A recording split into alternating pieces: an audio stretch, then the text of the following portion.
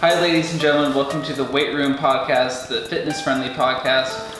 I'd like to remind you that this is brought to you by Logan Garments and Herbalife Nutrition. If you guys are looking to stand out in and outside of the gym, please look no further because Logan Garments is here to help.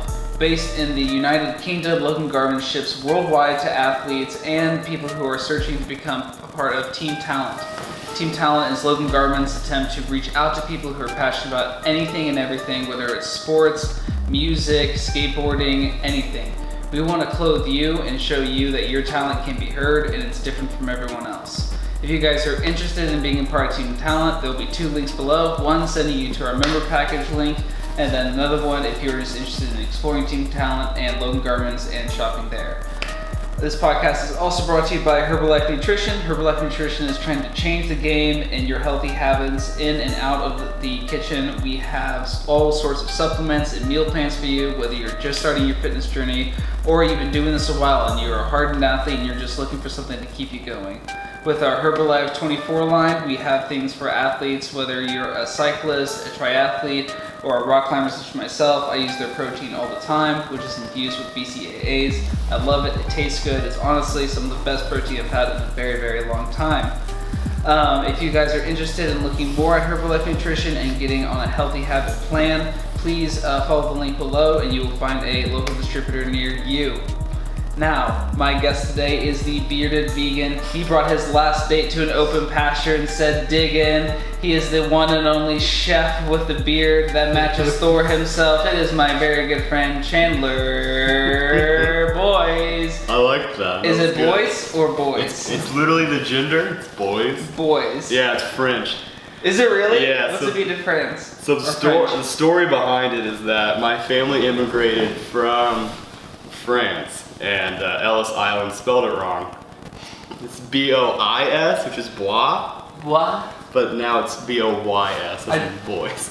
I just watched Hitch the other evening and we go to Ellis Island and they put in the book and everything. Yeah, those fun. I think I saw your name. Yeah, they messed it spelled it wrong right there. Bois, that sounds like boys to me. Yeah, so they cursed our family for 30 years. It's like a gypsy curse. Yeah, I can't wait to get married so I can be like, oh, I'll take your name. I'll be that. I really wanted to take my wife's name. Her name is Dragish. And That's awesome. I used to call them the Dragon Clan. Yeah.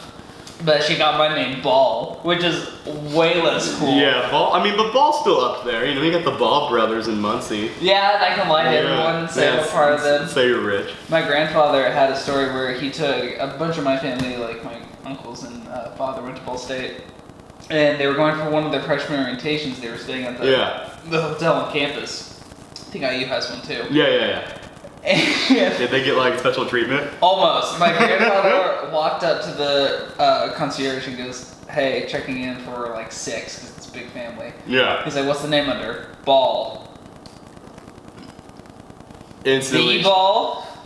If I was the Ball, I would not be staying here. And he just picked up his bags and walked to his room. That's hilarious. Yeah. The Ball? Yeah, the Balls are a big deal. I grew up in that area. So. They had jars everywhere. Yeah, they do. And a big campus.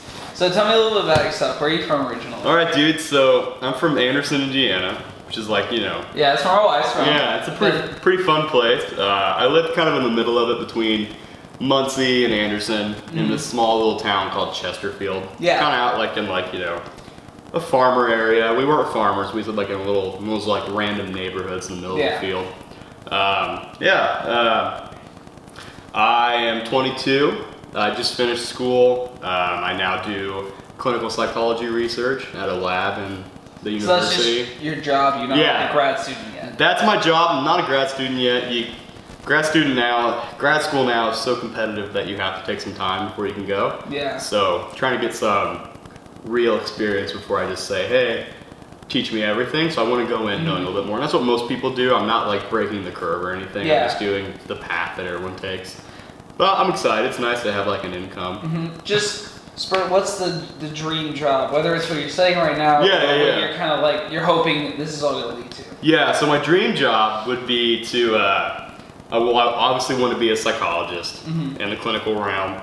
And my dream job would be to work with special groups And when we use that term, we mean like minority groups, basically. Okay. So I really care about therapies working as effectively as possible for mental health treatment. So like a lot of people don't get the proper treatment they need, especially if you're a minority group, because all of our current practices are based in Western mentality. It doesn't work for other cultures. And so that's where I want to be. That's where I'm currently kind of working now, but that'd be like the dream job, would be to work within that field. I went to Singapore I studied abroad for a while, and I went to a couple of different places, but I visited a hospital it was in Thailand. It was a hospital in Thailand, and in like it's Bangkok especially, like on the ground floor of the city, it's like a weird dystopian city. Like on the top floor, everything is beautiful and brilliant. When you go low, it's like kind of grungy. But there was this hospital there, and they were just like really pushing for like medical like innovation, and they were just trying to help anyone they could. And there was such a like open-mindedness that was like really unique, just trying all forms of practice. And you know, that's part of it. Like we don't do that here, and they do that there. And sometimes the treatments we have here just doesn't cross cultural barriers. And so that's kind of where people are starting to try to work now. Was this like, were you in high school, did you decide this, or was it, did you change majors? So when I was in high school, I was kind of an arrogant kid, and I was like, I'm going to be a doctor. Oh, that kind of arrogant. Yeah, that's what everybody wants to do, right? And so I came like... Therapist is a good downgrade. Yeah, well, you know, first 2 weeks, I was like, I'm going to major in psychology, I like it, you know, it'll get me there, I can take the science classes I need. And after my first year, I was like, I got really introspective, you know, and I started thinking about like, am I just doing this because I care about it, or am I doing it because I want to make that big paycheck? And it was the paycheck, and so I decided to switch. And obviously, like, you know, still wanting to be a psychiatrist, or not psychiatrist, that's so different. Like, being a psychologist is still like, you know, it's a high credential job, but you know, it's still up there. But I love it. And, basically, you know, doctor. and I just really like it, and I'm never bored. You know what I mean? Did you know what you wanted to like doctorate, or you're just like doctor? It was more like I want to be a doctor that makes the most money possible, and that's why I was doing it. And it's not where I'm at anymore. You know, I was like 17 when I wanted to do that, so obviously it's only been 5 years, but I feel like I've changed a lot in that amount of time. But now you're in Bloomington. Yeah, I'm in Bloomington. So you think about graduating, you have a nice job, you're working at Hoosier Heights, which is how we know each other. Yeah, that's my other gig. Yeah. It's the passion gig. We're gonna get it. I want to get into your climate later, but first we're gonna talk about tacos, which is Oh yeah, they're really good. So he just made me these awesome quinoa tacos. Yeah, quinoa tacos. Were they a specific flavor, or are they just straight up just quinoa? It's just straight up tacos. I mean, I just use the taco seasoning packets you get like at the grocery store. Yeah, so I've been waiting for this all night. So just lay it on me. Just what'd you do? How much times did your girlfriend have to tell you to come and fix something? Because I watched some of it, so I know the real answer. Yeah. I just want to hear you say it. So the key is that I work a lot. And should I talk to the camera, kind of go back and forth? I mean, it doesn't matter. I talk to camera because I'm host. And so, like, you don't have to. You can just talk to me. I'll make the audience feel welcome. Yeah. So there's these tacos that Lauren makes because they're pretty easy. You know, it took us like 20 minutes to get them going, and they're in the oven for 20 minutes. But so I work a lot because I have 2 jobs, and you know, I work probably like 50 hours a week, like more than a normal person. And so a lot of the burden of cooking sometimes gets placed on Lauren. And so she has all these recipes that I've tried to pick up because she's gotten ahead of me a little bit. Yeah. And that's one of her recipes that she kind of just like made up. She found it online and kind of vamped it to be, you know, plant-based. Yeah. And the last 3 times I've made it have been a complete failure. I've like, the first time I put too much of that seasoning in there, so it was like really salty. Ooh. And I'm just drinking water the whole time. The last time I burned it a little bit too much. We still ate it, but it was a little crispier than it wanted to be. And so this time, I think I nailed it. I think I got it right. It was pretty good. But she was still kind of like, did you flip it? And I was like, oh, shoot, I didn't. But I think it was fine. Evenly coated. Yeah, so you have to flip it because it only bakes on one side. It's like, you know, it's this thick. Yeah. It's just quinoa. So you just make quinoa, then you mix it with the taco seasoning. You mix it with the seasoning, and then you just throw it in the oven on 350 for about 20 minutes. Let it get kind of crunchy. Do you flip it after 10, or do you 20? So you kind of like get in there, and once the top gets hard, then you flip it, and you leave it there for like 5 minutes. So usually it's like 15 and 5. Okay. Because it cooks through pretty quick. It's just grain, you know? Yeah. And you can add whatever toppings you want. Like, you know, we had some lime on it. Oh, Yeah. I did. You got avocado, you can do lettuce, tomato. It's pretty. Yeah, all vegan. It's pretty simple. It's a simple meal. It's a good one. It's whole. It was food. really good. I mean, definitely it was a nice change up for like, because I mean, like, I've kind of just gotten tired of like the whole ground beef taco sort of thing. I like shrimp tacos and like chicken tacos, but just ground beef as a whole, I was just over it. And here's the catch too. Quinoa has like the same protein like balance as most beefs do.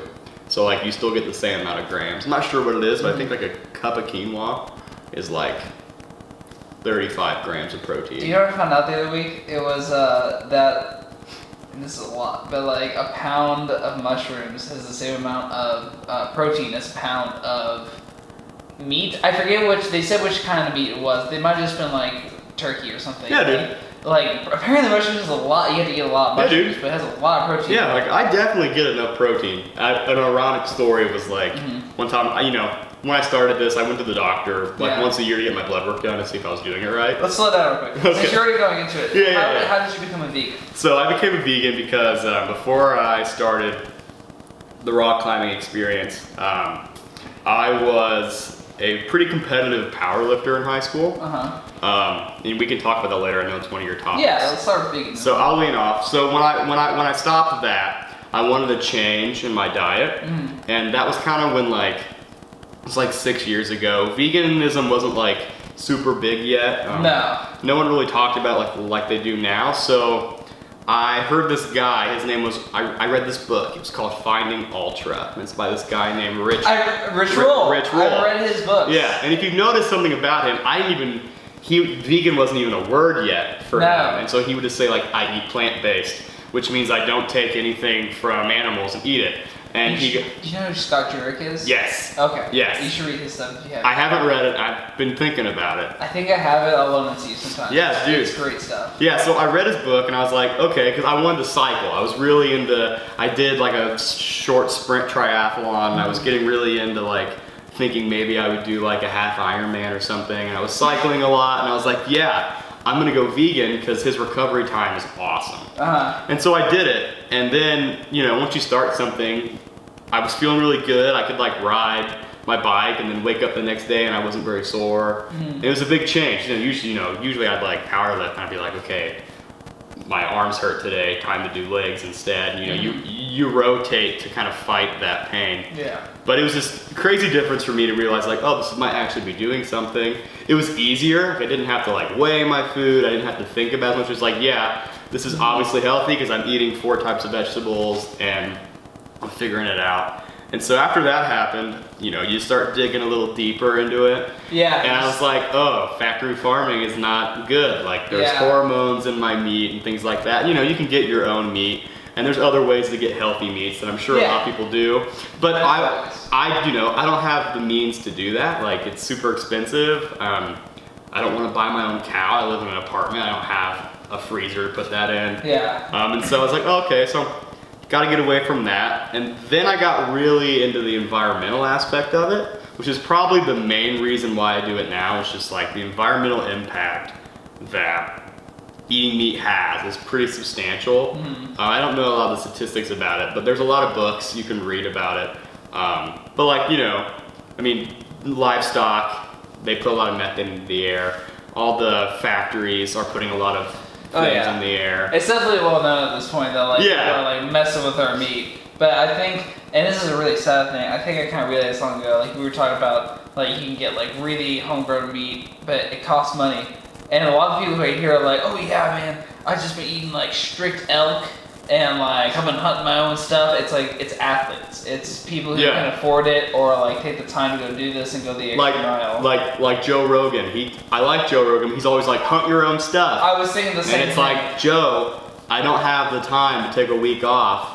And I don't have firearms training. I'm not comfortable around guns. Yeah. That's not something I could do. My family hunts too, and don't get me wrong, I listen to Joe Rogan, he's a huge inspiration for me. Actually, he's probably the reason I started this podcast. But I was watching hunting, he actually had a dude on who, I don't think he can speak veganism, but he had a venison restaurant. Yeah. He got like attacked by like really vegan extremists. Yeah. and just because of like a slogan they had, and they were like really supportive of it all. But it was all very bad. But it was they were talking about how like they hunt their own venison, which is great. But like my family has hunted, and it's hard. Like it's not easy, dude. It takes a lot of time. You have to process it. You have to do it, and like for just the average Joe to get that, it costs money. Yeah, and it's hard sometimes. Yeah, and just so I know you mentioned like the vegan activist thing there, where like they attack.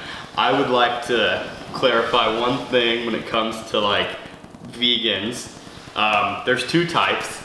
There's the vegans that are the crazy activists that are like, you know, they'll patronize people, they'll get in people's faces, and they're very aggressive. And I think that's what most people visualize when they hear the word, oh, vegan.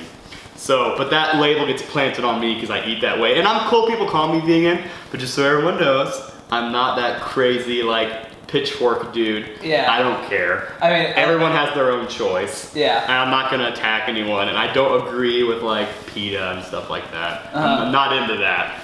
Yeah, I've covered like my very first episode. I mean, I have my dad on. He's a pastor, and I mentioned that like we're Christian. Yeah. And obviously, I do like very similar things. Like you say Christian, people are like, "Oh man, you're gonna like go like store divorcing clinic." You're Westboro Baptist. Exactly. Instantly. We're gonna go down to El Paso. We're gonna hold up. It's the Georgie. It's the same thing with me. But I mean, every group has, and we were talking like politics during dinner, but there's like Republican, Democrat, anything. There's extremists. Yeah. And then there's just people who are for pretty good reasons. Yeah, and so sometimes you might hear me say like plant-based. Like that's the term that I'll usually use when I'm talking about myself. Yeah. But it's just easier just to say I'm vegan because everybody knows what that is. Now, I did hear a secret about you.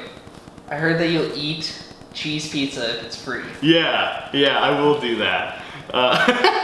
So you're not vegan because you have to. Some people are vegan because they have to be. Just a diet thing. Yeah. But you chose to be.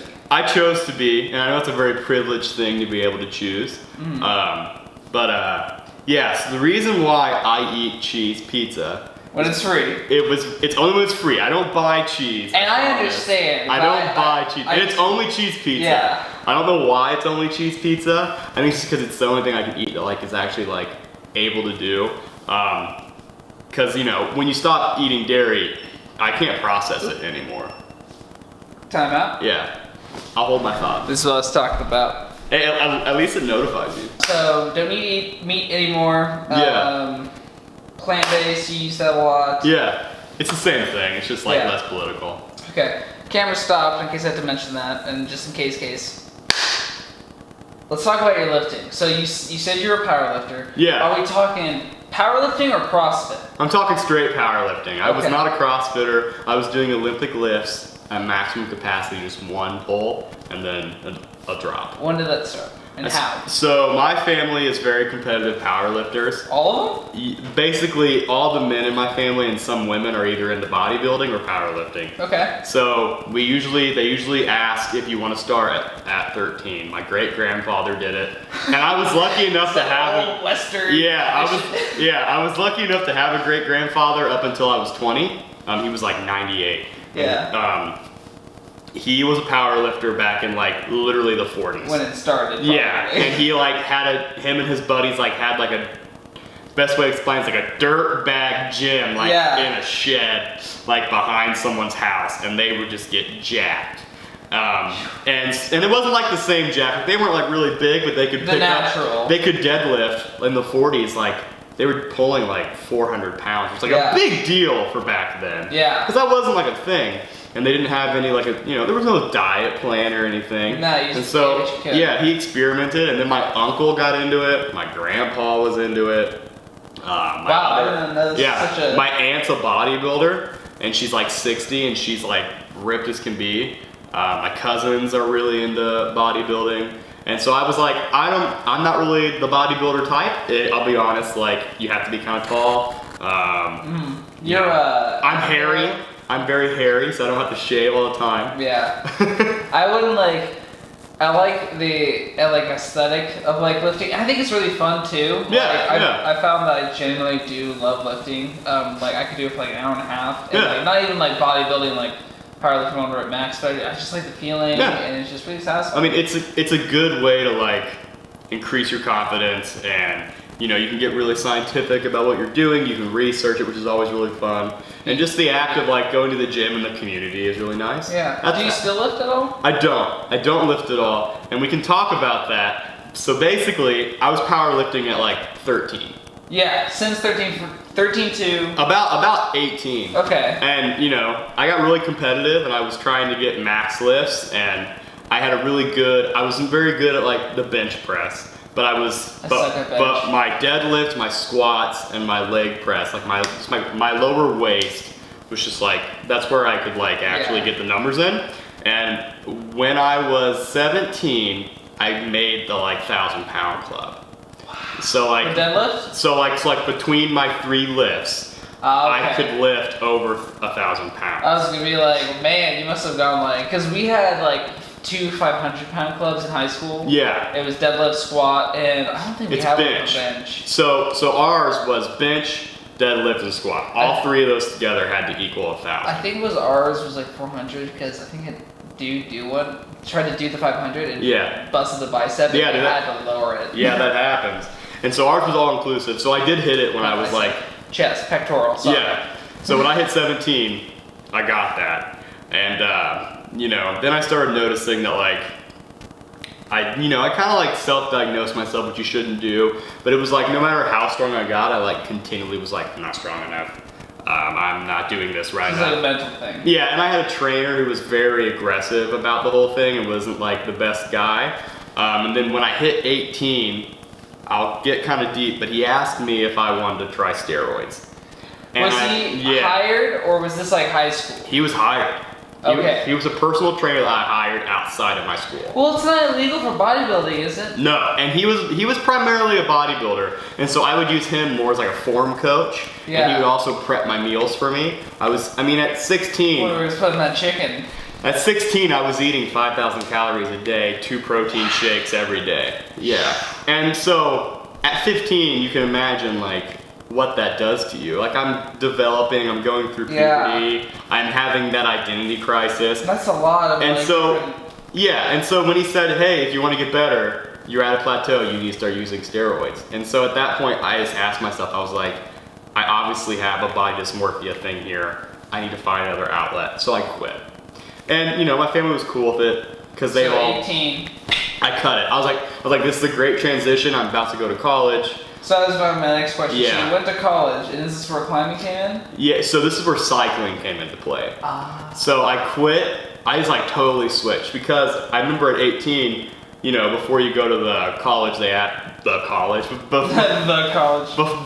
right? Yeah. So I went to IU, and before you go to college, you know, you have to get the physical done and like make sure your vaccines are all up to check because they ask for that stuff. Yeah. And when I went, my doctor said, hey, Chandler, your cholesterol's really high.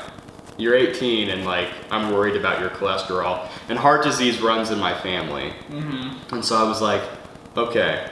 He's like, you should probably start doing cardio exercise and stop eating 5,000 calories a day. Probably. And I was eating, and I was eating prep like chicken breast, rice, broccoli for every meal, oatmeal in the morning. It was the same thing every day. Like it wasn't like bad foods. I do chicken breast and broccoli twice a day, maybe. Yeah. I just have like some meals on prep, but man, I burn like maybe 3,000 calories and eat like 2,700. 5,000 calories. Yeah. That's a lot, man. So when you're powerlifting, they want you to put on a lot of weight immediately. And the thing is too is that if you have a bigger stomach, you have less distance to pull. That explains a lot. If you notice powerlifters, this isn't all powerlifters, but I would do this. You poke the stomach out as far as you can. I noticed that. And then you hit it, and then you're up. So it's less distance. Have you seen do you ever watch Instagram fail videos of people they'll get their back? Yeah, they're completely curved, and it's the worst form ever. There's a dude, I think he was a Russian kid or something, but he literally got his heels to his butt. Yeah. And he was just lifting with only his shoulders, and it was the most disgusting thing I've ever seen in my life. And it's just and that's just part of it. That's when you start, and so I think I started lifting too young.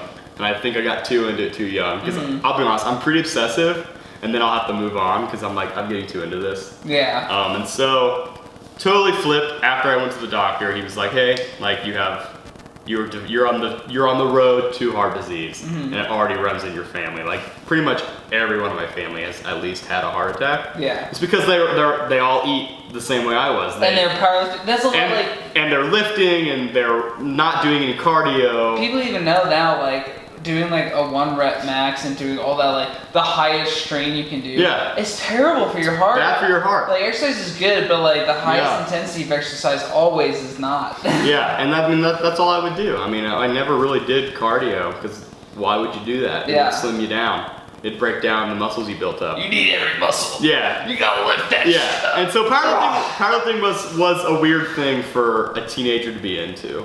And yeah, I was strong and I liked the way I looked, but like it was like, there was never like an end. You know what I mean? Yeah. Was steroids, was that the line clearly? Yeah, I was never going to do that ever. No. Like that was like, no, I'm not going to do that. Absolutely not. From everything I've heard of steroids, it's like you will get in the best shape of your life, but you will not want you want sex. You'll be angry at everything. Yeah. And that's all you want. And so unless that is your single, like, I never got off of steroids, but I've seen a guy. There was one dude at Ball State who I just like saw lift all the time, and he and I were stuck in the locker room during a tornado drill. Like an actual tornado warning was coming. Around Muncie. That happens a lot. And he was sitting there. He was like, "Man, stupid pre-workout." Yeah. And he was just like benching. Like he had 345 plates on each side, and he stopped in the middle of his workout. And so he had his headphones, and he was just like. He was just like ready to go. It was nuts. I'm not an angry person, and I'm not gonna go super like it might make you angry. I don't know if it would have made me angrier, but I just wasn't down that road where I was ready. So my doctor told me like change your life. So I started cycling, and I looked and that's when I read that Rich Roll book. I'm like 18 going into college. And I went vegan like right then. Like I left the doctor, and like within a month I was like, I'm gonna eat like the cleanest diet I can think of. It's easy for me. That is really great for your heart, and there's tons of scientific studies from like the journals of health and the WHO, World Health Organization that are like, if you eat vegetables, your cholesterol will go down and your arteries will clear up. Speaking of, you should read. Have you read Born to Run?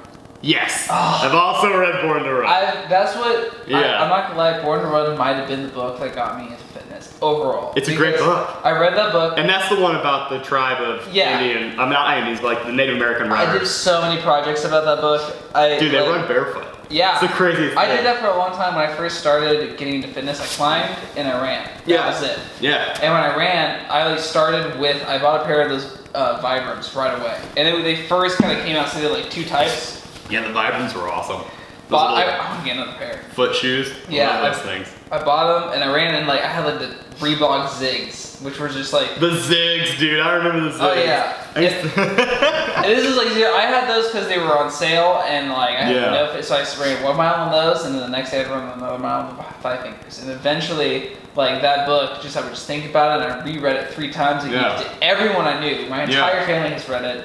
And then like I read Scott Jurek and Rich Roll, and like that's what kind of led me to try veganism and vegetarianism for like that short period of time. So unfortunately it didn't work for me just because I had such a high workload, but it gave me such much more respect for the willpower and the tolerance that you guys have. Yeah. Across the board, like veganism, vegetarianism, and then also just like I just met a lot of people who are vegan for different reasons. And I just thought it was really cool to meet a lot of different people who went vegan for different reasons. Some people it was because of disease, or it was for the environment, or it was because like just purely animals. But it was nice to just kind of be a part of something for a little bit where it was just like, it's not about me necessarily, it's about making a difference through me. Yeah, and that's kind of the reason why a lot of people do it, I feel like. You feel like you're a part of something and you're doing something that's, altruistic. Mm-hmm. We could argue that, it's not a thing. But, I do feel like when I'm eating just vegetables, I'm like, oh, well, this is good for me and it's also good for other people. Yeah. But, that's kind of like a stuck-up way to think about it. Have you had... Let's start, what was the hardest thing about becoming vegan? The volume of food I had to start eating.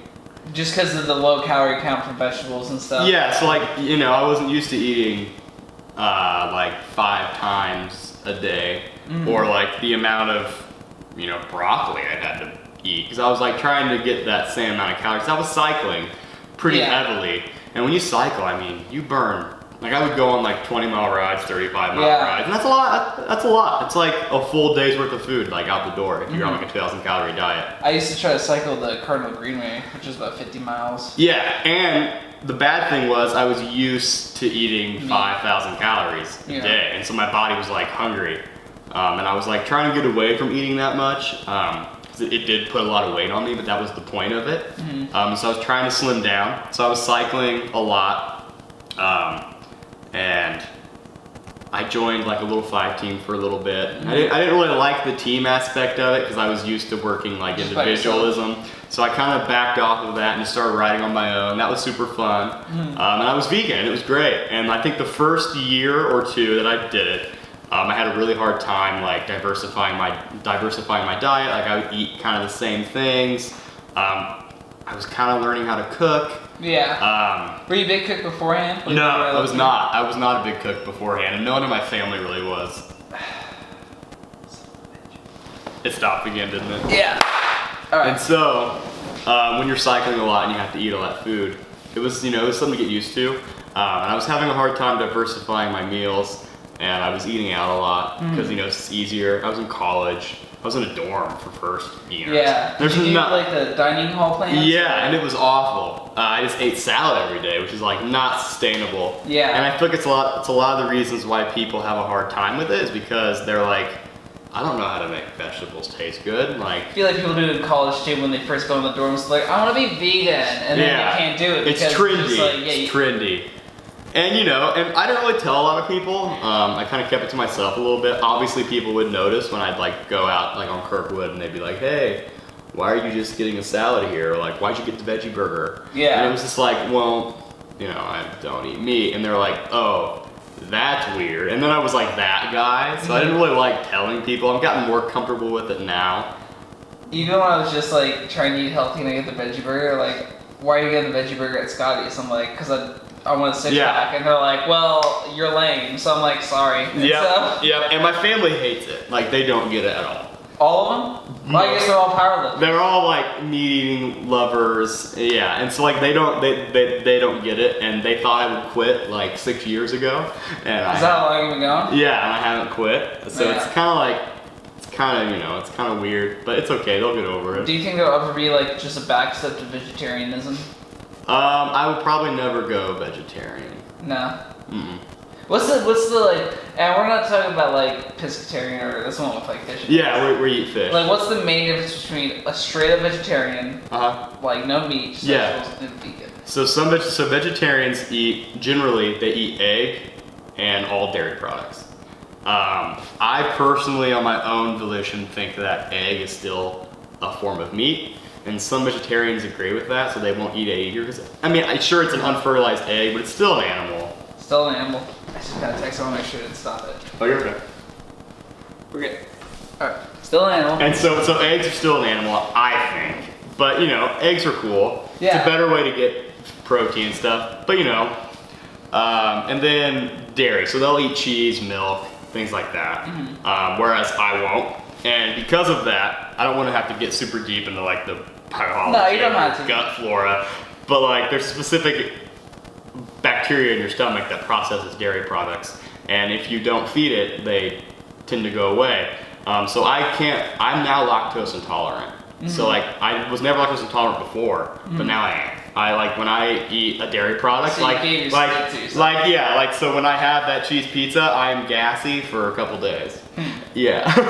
So you talked about like you eat 5 times a day. Just give me, and this doesn't have to be like uber specific. Like just give me a quick rundown of like what would a day of eating look like? A day what I eat now. Yeah, from like breakfast. So I shouldn't say I eat 5 times a day. I eat like 2 meals, a smaller meal, and then like a snack or 2. Yeah. So like 4 to 5. So in the morning I usually eat granola with some coconut milk and berries, like a lot of berries, and I'll throw in pumpkin seeds. Because pumpkin seeds are really high in some vitamins you need. And I've learned this over the years that I've been doing this, that you have to diversify your meals in order to get the pumpkin pie oatmeal. Yeah, and so that's how you get like your all the vitamins you need. You have to diversify your vegetables. I have to take a B12 supplement, just because B12 is found in the soil. Okay. And we wash our vegetables so well that now you don't get that like we used to back in the day. So that's the only supplement I take, because I tried to stay away from that, try to get everything. So they're like fish oil, obviously. I cannot do fish oil, and there are vegan fish oils, but I don't really need it. Is it called vegan fish oil? Or no, it's just called omega-3. Okay. But I get enough omega-3s from nuts and things like that. Okay. So there are other ways to get it. You just have to eat more of it. You have to think about it. And then after I eat that for breakfast, I always eat a fruit. I always have a banana or two during the day. Okay. So a lot of the stuff I eat is fruit. I ate a lot of bananas when I was vegan. Yes. I think I ate like 6 bananas in one day. Yeah. So we can talk about when I went fruitarian for 6 months. I tried to do a juice diet. That was hard. I made it 4 hours. Yeah, that's hard. I gave up. That's also really expensive when you just eat fruit. Well, yeah. I was experimenting with all the stuff. I had that meal plan. Yeah. And so I just get a lot of one thing wherever it was ripe, and it was So then after that, I'll eat lunch, obviously. Yeah. And lunch is generally usually, to be honest with you, it's usually dinner yesterday. I usually just eat whatever I ate for dinner yesterday, but that's like the bigger meal. Mm-hmm. And then I'll eat a snack, like at 4-ish before I come home. Usually that's like some fruit again, or I'll eat like nuts. You have to eat a lot of nuts, or like legumes. Yeah. So something along those lines, or potatoes. Mm-hmm. Obviously, like when you're a vegan, you don't care about carbs. Yeah. You just care about getting what you can. Yeah. So I don't eat simple carbs. So like a lot of like white breads and stuff, I stay away from those. Yeah. But people tend to lump all carbs together. Which is a big mistake. This is a controversial topic, but your body's primary source of energy is carbs. It is harder for your body to turn protein into energy. Carbs are what it prefers, and so like I eat a lot of complex carbs, like whole grains, peanut butter, things like that, like nuts, sweet potato, sweet potato. And instead of a russet potato, you do a red potato. Red potatoes are more complex. Yeah. And they taste exactly the same. They're just a little smaller. Sue and I are very similar. Like even like we just go as healthy as possible. Yeah. But it's the same idea. Like we just go for like lean proteins, we do eat meat, and then like stuff like that, because it's not carbs, it's the type of carb. Yeah. I think with our modern society, we have different types of carbs now, and so it's hard to put carbohydrates under one single like ball. And if you're eating white bread all the time and white pasta, the baguette. Yeah, I bet that's pretty bad for you. Yeah. But like Lauren and I do like lentil pasta or like whole wheat pasta, and it's fine. We do like quinoa and brown rice pasta. Yeah, it's the same thing. Like that kind of stuff. Yeah, and and that's a better way to do it. And I eat a lot of carbs. That's definitely my main source of food. And then for dinner, I will usually do a big veggie meal with some type of bread. I eat bread a lot, like whole grain bread. Yeah. But so usually we'll do like a pasta. We'll do like we'll make like a vegan pizza without any cheese. Yeah. Which is really good. I have a friend who's lactose intolerant, and his no cheese pizza is really good. It's good. Like it's pretty easy. You just use the spinach as cheese instead. Yeah. We eat a lot of salads, and when I mean salads, I don't mean like just romaine. No, you put stuff on. I put like arugula and spinach and like kale, and there's like 7 types of kale. There's red lettuce. There's all kinds of stuff. So you get it mixed up. Yeah, you throw radishes in there and you just eat it raw. Mm. That's probably the best thing. And a good tip for people who are like scared of like the firmness of kale. It's like a tip I learned. If you soak the kale in a little bit of dressing first, and like you like put a little. We don't use a lot of dressing, because your palate does change after you. Yeah, but just the lightness of it. So if you mix it up really well and let it sit for like 30 minutes, the leaves will actually kind of break down a little bit due to like the acidicness of your dressing. If your dressing's acidic enough, like balsamic does it really well, and it'll soften the kale and the harder vegetables, so they're more pleasant to eat. I used to actually do that by accident when I worked at Asian Heights, because I would have my salad because I was just bringing it to work, like a big salad and like maybe like a sandwich or something. Yeah. And I'd mix it up and I would take a bite and I had to go help people. So I just put a lid on it, put it in the fridge for 20 minutes. Yeah. Come back and it'd be, oh, this is really good. It's like soaked through. Yeah, it's a softer, it's a better, it softens up those rough foragey leaves so they're more enjoyable. Because, you know, it's not super fun to sit there and chew for an hour. Are things like salad dressings and like condiments really hard when you're vegan? Yeah, it was hard to figure out what stuff didn't have milk in it. Because there's milk in everything. Yeah. What do you think? Where do you guys shop? Like, what's the most vegan friendly? Is it just like the local farmers market? Or? So Bloomington's a really great place for it because Kroger's are kind of different. Back home, the Kroger in my hometown sucks. Small town. It is awful. There's just meat there. And like there's nothing fun to eat. Yeah. And so when I come here, it's more fun. There's like, you know, a lot of natural foods and people are more into it. So obviously like companies respond to that. And so the Krogers here are really good. Like they have a lot of options that we get. They have the organic cereals, the whole grains, things like that. I generally only have to go to like Fresh Time for like some of those like really niche like soy products. Stuff, yeah. So like Lauren and I don't tend to eat a lot of the like fake meat soy stuff. We try to stay away from soy as much as we can because it kind of acts as like an inflammatory for your body. Yeah. But you know, it's fun to have it every once in a while. Yeah. And so we buy these little like soy bacon strips. Ooh. And you can only get those at Fresh Time, but they're really good. That sounds really awesome. Fresh Time's bulk section's also a little more forgiving because we know when you're eating, like we eat a lot of rice. Brown rice, whole rice, things like that. So you have to, bulk's a better way to do it. Okay. We do eat a lot of rice stuff. Yeah, that makes sense. You kind of have to, just like, that's a good way to just like add bulk to anything. Yeah. So that's a good way to like save some money. And putting it to rest that whole rumor about like vegan's too expensive. It's not. It's super cheap. You can find a way to. Yeah. I spend $60 on groceries a week. That was not my issue when I was a vegan. It wasn't that there was. I think it's more too much yeah. of expensive stuff. It was like, dude, no, you just gotta figure out what you're gonna make and like put the time in. And it definitely is easier when you can cook and put time into it because you kind of have to make that commitment.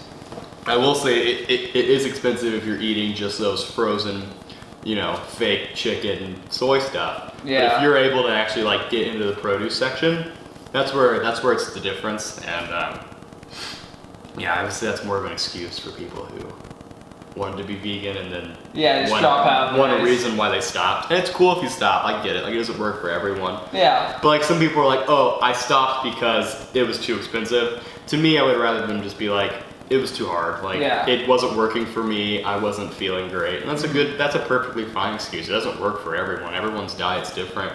We all have a different genetic makeup. Yeah. It makes sense that it wouldn't work for everyone. So speaking of life changes, let's go back a little bit from lifting and getting offered steroids at 18 years old to now you are climbing and going caving with strangers with tattoos. So let's start with climbing. How'd that start? So when I was cycling, I was starting to get out of it because I got hit by a car. Yeah, it happens a lot in Bloomington. I was unfortunately. Blake got hit by a car. I got hit by a car. Episode 2. So my lower back got pretty messed up.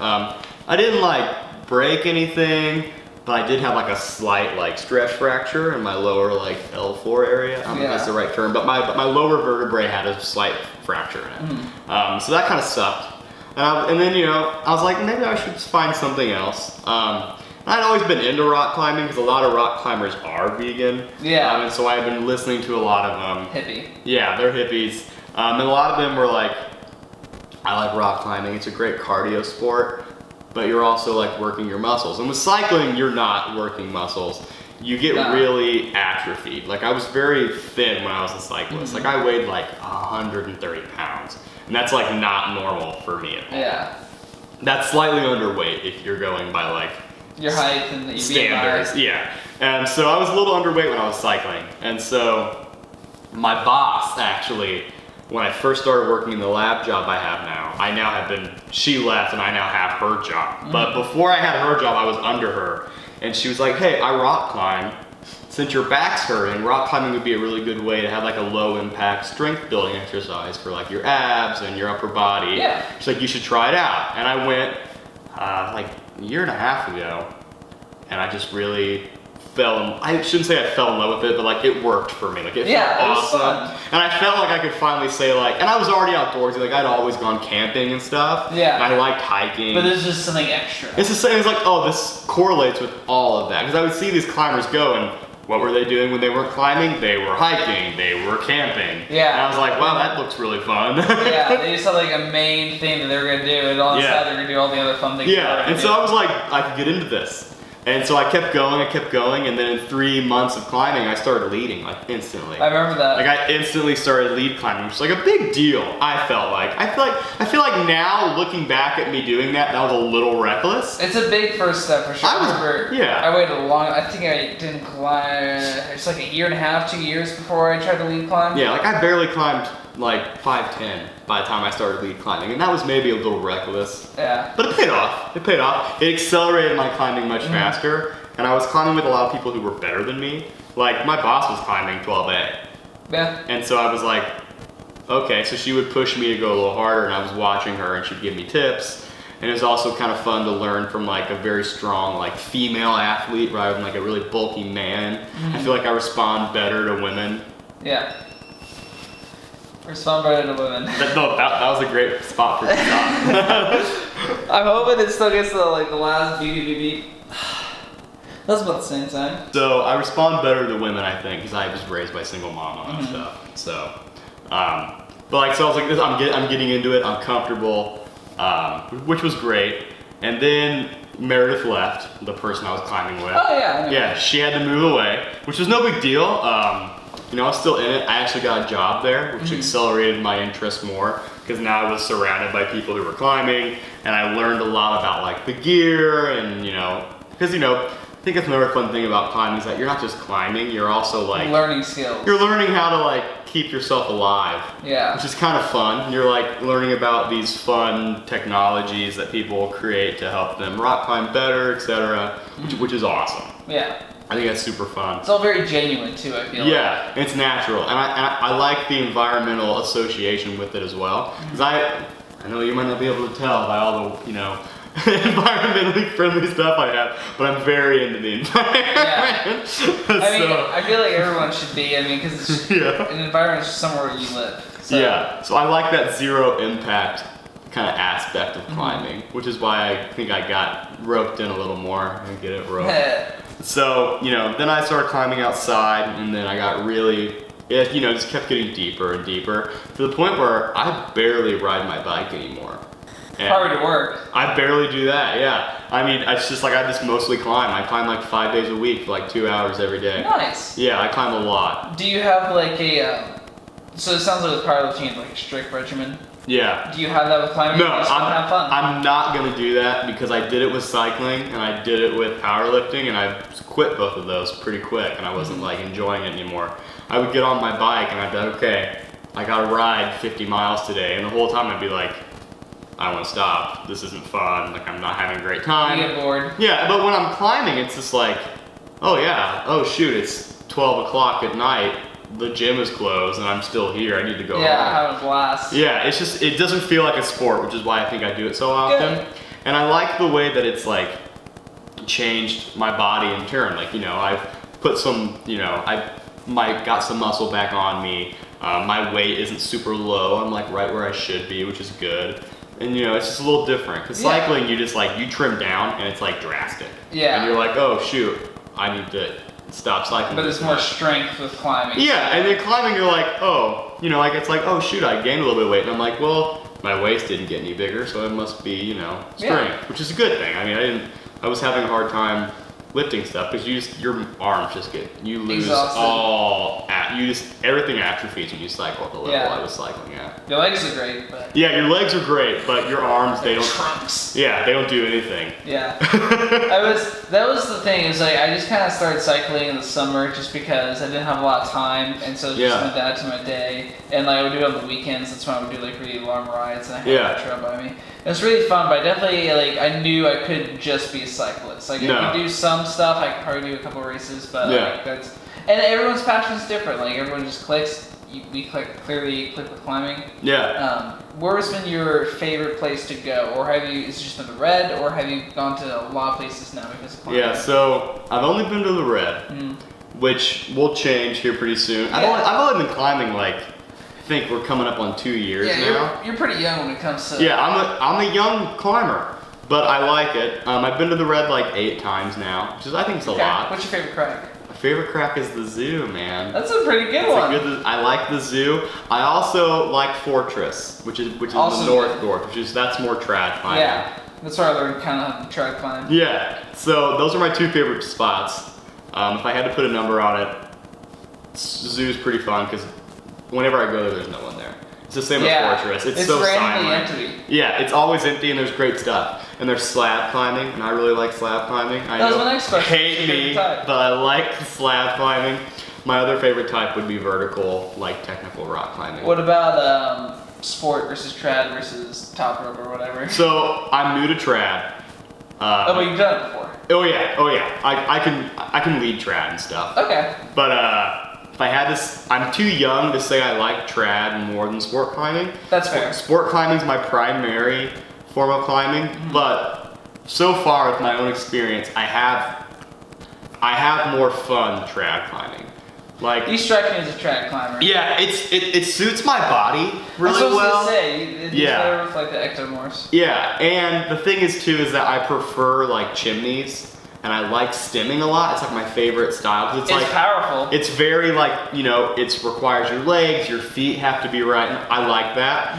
I don't tend to do well when I'm overhung climbing and I'm trying to dyno to stuff or like make big moves. Gravity's hitting you. I don't like that. What I like is going slow, static, feel like I'm in control, and that's what you get a lot. Enjoying the process. And that's why I think trad climbing is pretty fun because that's what you get. But there's sport climbs like that too. There's lots of arrests and things like that. Yeah. So right now I'd say I'm a sport climber, but I'm venturing into that realm of trad. And I definitely think there's like a good, like, I'm like a 60-40, because like I really I'm better and I prefer sport climbing, but I like a good trad climb too. Yeah. Honestly, it's just because my partner isn't into it and we don't have the money for all the trad gear. Yeah. But if I lived out west, I'm sure I'd be tradding it up like crazy. Yeah, you should. But with just like the closest thing being the Red River Gorge, it's mostly sport and it's quick and easy, so you can get in and out. My next trip is Indian Creek. Ooh, the actual Indian Creek. That's gonna be awesome. Yeah.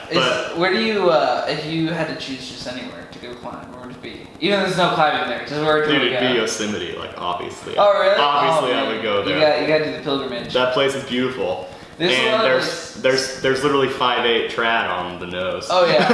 There's also a bunch of I've bouldered all around Yosemite Park and I've just single route trad climb there. There's one sketchy one that had like a huge kind of jump. It was a 5'8", but you had to do this huge thing and then you couldn't get gear in for a while, so if you fell you were gonna totally deck out on this ledge. Yeah. But it's really fun and it's unique and the granite's incredible. I did some soloing there, just 5'5", 5'6" stuff. But I mean, it's unworldly, but you gotta be aware of the tourists. But yeah, dude, that's what I'm saying though. It's just I know everyone's Yosemite's the goal. I know it's very cliche, but people forget that that's where American climbing started. That's where Yvon Chouinard and all those guys were at, and they were in Camp 4. They were hanging out. Yeah. And yeah, sure, they were kind of controversial with not being very open to other people, and kind of. Breaking some laws here and there. It was a weird time back then, just for a lot of things. Yeah, they were putting freaking motorcycle bolts in cracks as placements, and I'm like, that's a little, that's out there. It kind of started as just dudes just trying to have a good time to people kind of made them outlaws and they rose up to it and became rebels, and then now we've kind of come down and become athletes and stuff. They're the gods of rock climbing.